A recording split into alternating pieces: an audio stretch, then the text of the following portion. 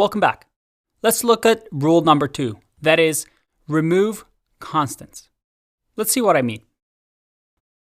I've written here the most ridiculous function ever. The function is print first item, then first half, then say hi 100 times.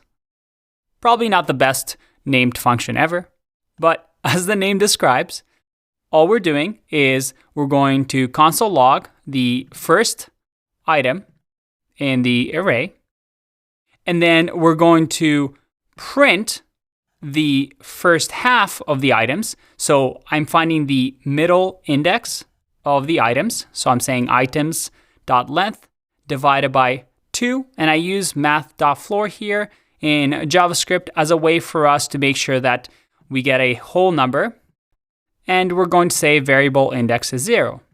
I'm using a while loop here instead of a for loop, and I'm saying as long as middle index is greater than 0, I want you to console log the items.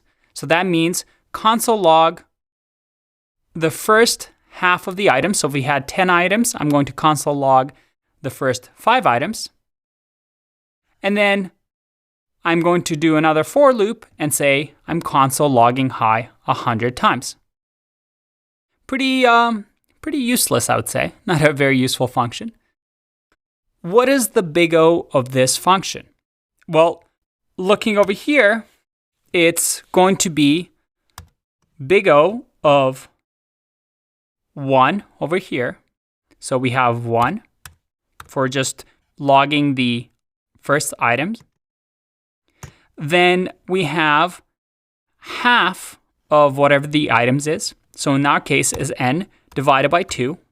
Because even though we have a for loop or a while loop, we're only logging half the items every time. So we can just do n divided by 2. And then finally, we're doing a for loop. But again, this is a bit of a trick. We're not looping over the items array. We just have 100. No matter how big the items array is, this is going to be always 100. So I just say plus 100. It's another step. Because again, we're just adding each of the steps that we see here. So this is our big O for this function. But rule number 2 states we want to drop the constants. We simply are saying that we don't really care that this big O is actually n divided by 2 plus 101. Remember, in an interview, we only care about the things that we saw on the chart. Nothing specific like this. So this turns into 1. And this, even though it's divided by half, in the grand scheme of things, we only care about when it scales, when the inputs are getting larger and larger. So as n gets bigger and bigger, we don't care about adding an extra 100, because if n is 1,000,000, adding an extra 100 on there, another 100 steps, doesn't really matter. And same with dividing by 2. As n gets larger and larger, dividing by 2 has a decreasingly significant effect. So we drop the constants like this. So this becomes O of n plus 1.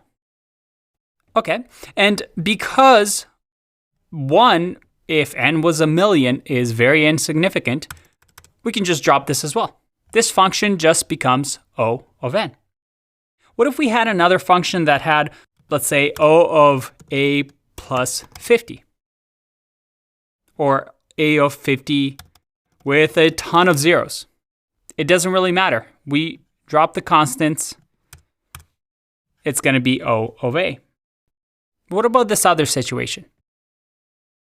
What if we have this function here, compress boxes twice, where this function actually has 2 for loops, where it does the same thing, but it's 2 for loops.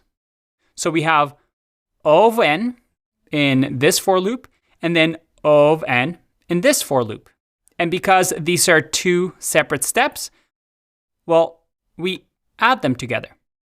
So it becomes O of n plus O of n equals O of 2n.